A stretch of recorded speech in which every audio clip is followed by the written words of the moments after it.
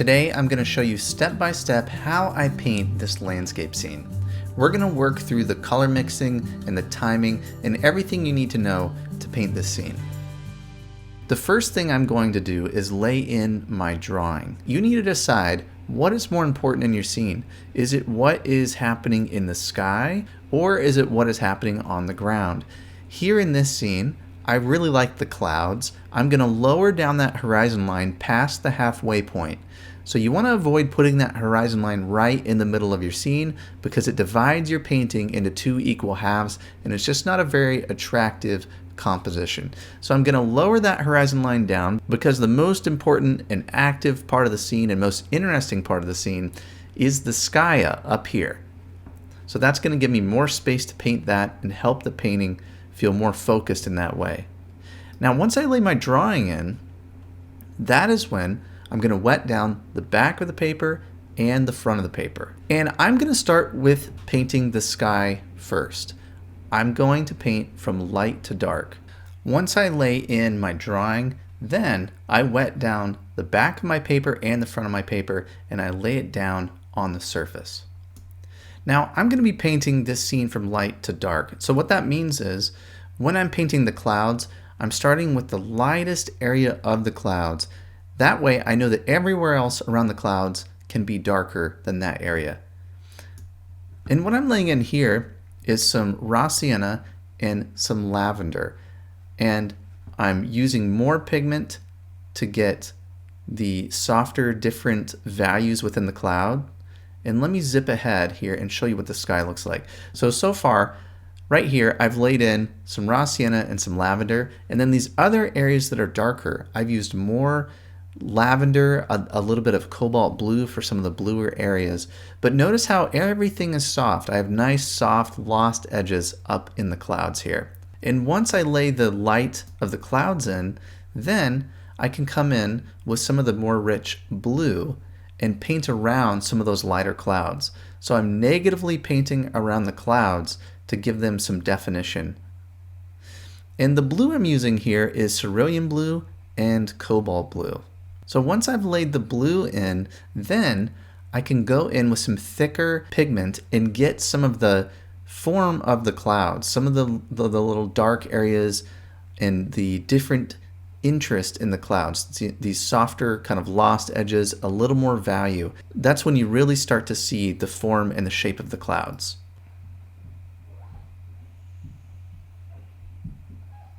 And again, we're building up more and more strength, and I'm dropping in some more of that dark. Now, this reference photo had something interesting in it. It had some light beams, and what I'm using to create those light beams coming down from the cloud is I have this smaller brush that's almost dry. It's just a little bit damp, but it's a clean brush, and I'm just lifting off some of these light rays. And you can see the nice little effect that this has, and that feeling of light shining down through the clouds, some of the sun that's breaking through the clouds. That's the feeling I'm going for here. Now, one thing you want to be mindful of when you're creating these soft little lines is you want to give them the right perspective. So they should all be pointing back to the light source, which is the sun. So you want them to all be pointing somewhere over here, back where the light source is. I dampened the front and back of my paper. I worked on the sky. But the bottom half of my paper down here has already dried up.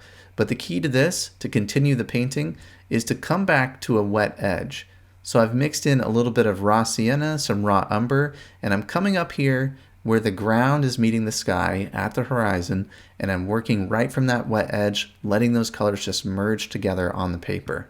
And as I work my way down the scene, I'm using more and more paint, stronger pigment.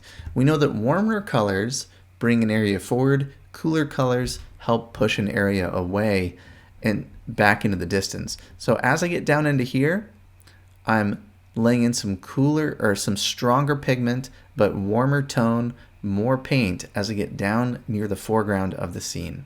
And as I typically do, I'm painting from light to dark, like I mentioned, realizing that this is the lightest area of the painting, getting my sky in place and painting all the earth tone and colors, the light values of what is on the ground down here. I've used raw sienna, a little bit of lavender, more raw sienna, and I've started to mix in some greens and some other colors to bring more interest into this area of the painting. In the reference, you can see that down here there are some more vibrant greens. For those greens, I'm using Cobalt Turquoise, raw sienna, and a little bit of cadmium yellow. That'll give me that vibrancy, that little extra punch for some of the greens down here. And I'm pulling some of the green up into here where there's more of that color in this part of the land. This here is more of a lighter color, and some of this will be the final value. Once we get the middle values that lay on top of this, we'll leave some of this behind. And you'll notice in the reference there's a little path, some like wheel tracks in the ground that sweep in and they move out this way. I like that. It's a nice little interest. It gives some character to the foreground. So I'm going to drop in some of those marks now while everything is wet, and I'll add some more there once things have dried. Now at this stage of the painting, I have my sky in place. I have these light beams coming down here, and I have the lightest values for the ground. Now I'm going to let my paper dry. I'm going to come back in. I'm not re-wetting anything, but I'm going to come back in and we'll get the middle values and everything else in place. Now that my paper has dried, I'm ready to move into the next phase of this painting. Let me show you where we're going. I'm starting with the distance. I'm looking for connections. I'm pulling that into the darker areas of the ground, and then I'm dropping in some darks to bring some definition into the scene. So let's back up and I'll walk you through that bit of the process. So I'm starting over here on the left. In the distance, I don't want to have too much contrast, and I want to cool things down a little bit. So I'm using a little more blue in my mixture. I'm using some neutral tint, some cobalt blue, and a touch of cobalt turquoise. I want that hill to really feel like it's in the distance. So as I'm creating this wash and I work my way down the scene and I get closer to the foreground, I'm going to use more and more value, more vibrancy to make that feel closer to us. In the distance, there are some trees sticking up and little bits of buildings. I can suggest that by not just making a straight line across the scene. See how I have these little marks kind of popping up? That's just to suggest the amount of information that's back there, the little towns in the distance, the trees that are sticking up. Now I'm seeing the connections with some of the closer land, and it's a small change, but I've started to mix some green into this. So it's not just cooler blue.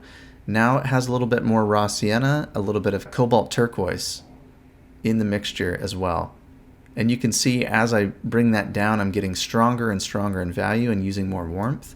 So right there, that's a good example of using value and color to create depth. How cool this is back here versus how warm and how much stronger this is. That's a really important tool when you really want to capture that feeling of distance in your paintings. And as we get closer to the front, there's more texture. I have some weeds that are sticking up. There's just a lot more information down here. And by including that, that's another way that we're creating depth in our work. This has more texture and information than this does back here. And it's a small connection, but all the way from the back of the painting into some of these greens up here, and then I'm connecting this right into the texture of the foreground. Your paintings aren't always going to have that real clear connection, but when I can find it and when I can make it when things are kind of close to each other but not quite connecting, I'll go ahead and connect them, because that unified shape brings a feeling of unity to the painting. I'm adding a little bit of texture here on the grass, and this brush here that I'm using is a size 14 silver black velvet. Those are some pretty affordable, good brushes. I like them because they're more soft. Sometimes I like a nice firm brush to get a hard edge, straight lines, detail work. But when I'm painting a landscape scene and a lot of the trees are more jagged, broken marks and looser brushwork, that's when something like this is nice to use, a brush that's a little more soft. All right, now I'm getting some stronger pigment. I'm moving forward with some of these, dropping in some of the darks on these closer up trees while things are still wet, and getting in that stronger value. There's shadows underneath those trees. Also, this is a little flat, so I'm working back in to some of that to get some of the darks, suggesting some of the details. So far we have a nice lead in. We have this texture here, leading up into here, leading over to here, keeping our eye moving around the scene. And I'm getting some thicker pigment to add some emphasis to this tree right here. That's an important part of the painting. I want to bring the eye there. And I'm using some Cobalt Turquoise and Raw Umber neutral tint thicker paint on my brush. And see how I created these broken marks? That's because I'm using less water, more paint, and I'm kind of using the side of my brush and dragging it to create these broken marks. And that's one thing that also helps to create a feeling of depth in the scene is we have this nice, lovely, soft sky, and then we have a hard, sharp mark in front of it, and it creates a lovely juxtaposition between the edges there. Now I'm paying some attention down here. I'm going to reinforce those little tire marks in the field, adding some dark over those light values that I put in there. And I'm still using a smaller synthetic brush that has a nice point to it. That's an Escoda Perla size 12.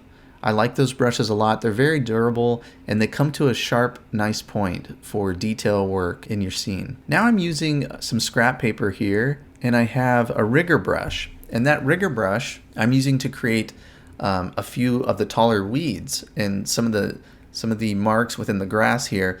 And I always find this interesting. We don't need to paint every single weed to know that there's a lot of grass here. We can have some texture, and then we can put a few little marks here to kind of show what we're looking at, and our mind will automatically fill in and understand that there's a lot of weeds and information. We don't need to paint every single weed that we see and little plant in the foreground. Here is a look at the final painting, and I hope that this walkthrough of my process can show you how to use texture and color and create depth within your landscape paintings. Next week, I'm going to show you step by step how I paint this rocky beach scene. So hit that subscribe button, hit the notification icon if you haven't done that already. I come out with a new video every single Monday. And if you're looking for something that could help you right now in your painting, something to help you pick out the right subjects and understand what to do first, second, and third in your process, take a look at this. Have you ever been really excited about a painting and you get all set up, you find that right reference that you're excited about, and then it's time to go and you feel lost? I have a free resource that I want to give to you today that can help with these problems.